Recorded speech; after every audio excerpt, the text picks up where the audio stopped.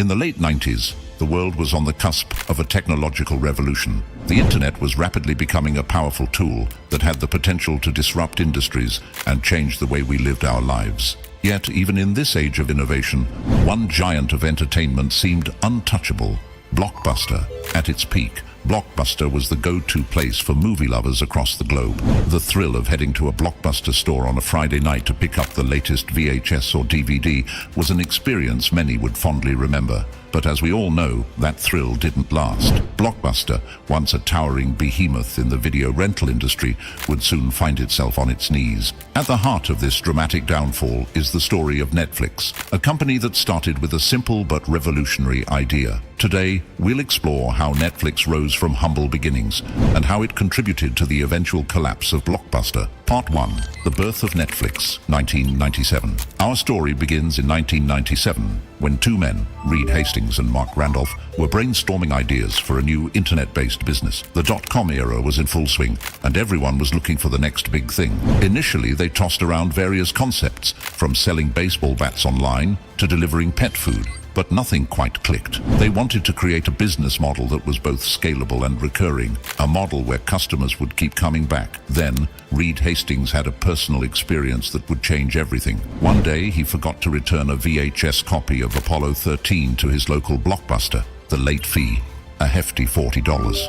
Frustrated, he wondered, why should customers be penalized for enjoying a movie a bit longer? This single moment sparked an idea. What if there was a video rental service where customers could rent movies without worrying about late fees? At first, the idea seemed improbable. VHS tapes were bulky, expensive to ship, and prone to damage. Shipping these tapes back and forth would be a logistical nightmare. But then, in 1997, something crucial happened: the launch of DVD technology. DVDs were lighter, cheaper to produce, and less fragile. This development gave Reed and Mark the perfect medium to deliver movies by mail. And so, Netflix was born. It wasn't a streaming service like today, it was a simple DVD rental by mail model. For a flat fee, customers could rent as many DVDs as they wanted and keep them as long as they liked. Once finished, they would mail the DVDs back in prepaid envelopes. No late fees, no penalties. Part 2. The Struggle to Succeed, 1998-2000. In 1998, Netflix officially launched its website. The concept was unique, but like any new business, Netflix faced hurdles. For one, it needed capital to scale. With minimal resources, they set up a low-budget office using second-hand furniture and folding tables. Employees were hired on the promise of shares in the company should the business succeed. On the first day of its website launch, Netflix received 137 orders. It was a modest start, but enough to prove that the idea had potential. However, there was still one major problem.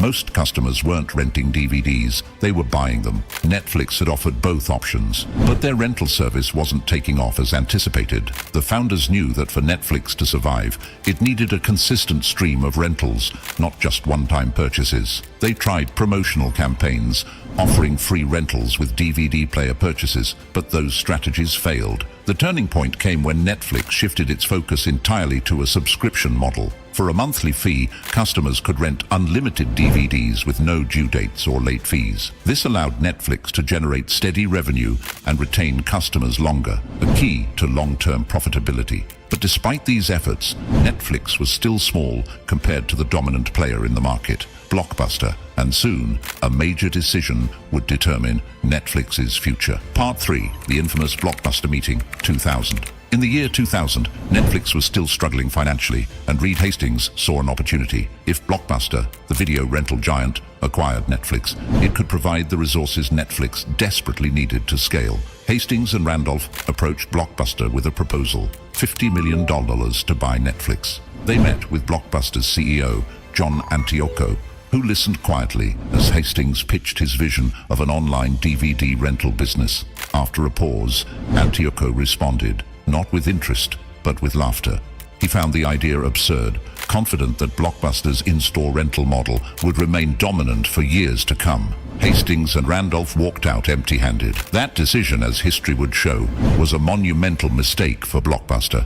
Part 4. Netflix's rise and Blockbuster's fall, 2000-2007. Netflix pressed on. The subscription model gained traction, and in 2002, Netflix went public. But it was the development of streaming technology that truly set Netflix apart. In 2007, Netflix introduced the option for customers to stream movies and TV shows directly to their devices, bypassing the need for physical DVDs altogether. This was a game changer. It was the beginning of the end for traditional rental stores like Blockbuster. While Netflix embraced the digital age, Blockbuster was slow to adapt. In a desperate attempt to catch up, Blockbuster launched its own DVD by mail service in 2004, but it was too late. Netflix had already solidified its place in the market. Blockbuster's downfall wasn't just due to Netflix. The rise of digital distribution, changes in consumer behavior, and mismanagement all contributed to its decline. Blockbuster had once made a staggering $800 million a year in late fees alone. But that business model, one that relied on penalizing customers,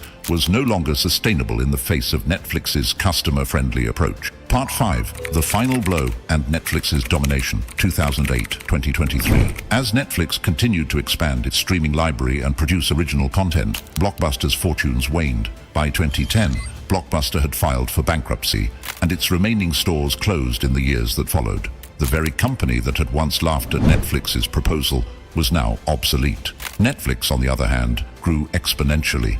It revolutionized how people consume media, transitioning from a DVD rental service to a streaming giant, and later into an original content powerhouse with hits like Stranger Things and The Crown. Today, Netflix serves over 230 million subscribers globally, and its value exceeds billions of dollars. Meanwhile, Blockbuster exists only as a memory of a bygone era, a cautionary tale of what happens when companies fail to innovate.